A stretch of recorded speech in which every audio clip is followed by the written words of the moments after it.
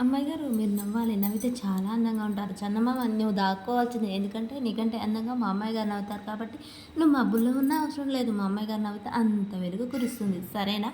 అని చెప్పేసి చంటి అమ్మాయి గారిని ఎలాగైనా సరే మాట్లాడియాలని సంతోషంగా చెప్తూ ఉంటారు. చంటి నువ్వు అలా మాట్లాడుతున్నావు కాదు. నేను దేవుడు చేసిన తప్పుకు నలుగురు నన్ను మాటలు అంటుంటే నాకు చాలా బాధగా ఉంది. అత్తమ్మ బాధపడుతున్నందుకు ఇంకా బాధగా ఉంది. అమ్మాయి గారు మీరు అలా బాధపడకండి. ఎందుకంటే మీరు సంతోషంగా ఉండాలి. దేవుడు చేసిన తప్పుకు మీరు అర్హులు కాదు. కాబట్టి ఎవరో ఏదో అన్నారని మీరు ఎందుకు బాధపడుతున్నారు? మీరు నవ్వండి అని చెప్పేసి సింధూర చేత అయితే నవ్విస్తూ ఉంటారు. చూసారా?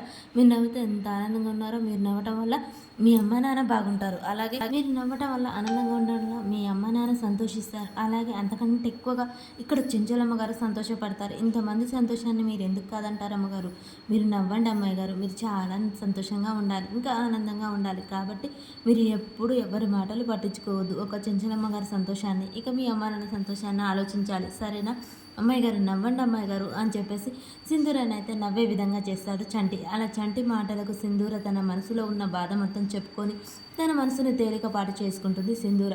అలా చంటి మాటలకు ఇక సింధూర చాలా బాగా నవ్వుతుంటుంది. చూసారా అమ్మాయి గారు? మీరు నవ్వితే ఎంత అందంగా ఉన్నారో. అలాగే మబ్బుల్లో చందమామ కూడా మిమ్మల్ని చూసి తొంగి తొంగి చూస్తున్నాడు. అంత అందంగా ఉంది మీ నవ్వు. సరేనా? ఇంకెప్పుడు మీరు బాధపడకూడదు. సరేనా అమ్మగారు అని చెప్పేసి సింధూరాని అయితే ఏదో ఒక విధంగా అలా నవ్విస్తూ ఉంటాడు చంటి కిందికి వెళ్తూ ఉండగానే ఈలోపే ఇదిగో అడ్డబొట్టు మిసాలైనా ఈ ఎక్కడికి ఎందుకు తీసుకెళ్తున్నావు అని చెప్పేసి చంటి వచ్చి తల తిక్కగా అడుగుతూ ఉంటాడు. చక్రం ఉండి నీకెందుకురా అవన్నీ అయ్యగారు నెల అనగానే చంటి అసలు నీ మా అంతలే అర్థం లేని ప్రశ్నలకు నా సమాధానం చెప్పలేకపోతున్నాను రా. నా తలకాయ నొప్పిలేస్తుంది నీతో. నువ్వు వెళ్ళు పక్కకు అని చెప్పేసి చెంచలమ్మకే తీసుకెళ్తున్నానని చెప్పలేక కేశవ చంటి మీద అలా మాటలతో అని వెళ్ళిపోతూ ఉంటారు. ఏంట్రా చంటి నువ్వు చిన్నగా ఉండవా అనగానే చంటి నువ్వు జాగ్రత్తగా ఉండాలిరా. నీ అర్థమైన ప్రశ్నలు నాకు చికాకు పెట్టిస్తున్నాయి అని చెప్పేసి కేశవ వెళ్ళిపోతూ ఉంటాడు తమలపాకులు పట్టుకొని. అవును బాబాయ్ అసలు ఎందుకు ఈ తమలపాకులు అని చెప్పగానే ఎందుకు అందుకు లేరా నీకెందుకు అనవసరమైన విషయాలు అన్నింటిలో వేలు పెడతావు. సైలెంట్గా ఉండు. ఇదిగో నాకు కోపం వచ్చిందంటే నీ ఉద్యోగం ఊడిపోతుంది అని చక్రం చెప్తూ ఉంటాడు. ఇక చెంచలమ్మ బాధపడుతూ రేణుక అన్న మాటల్ని గుర్తు చేసుకుంటూ ఉంటుంది. వెళ్ళిన దరిద్రాన్ని ఎందుకక్క తీసుకొచ్చావు అని చెప్పేసి రేణుక అంటూ ఉంటుంది.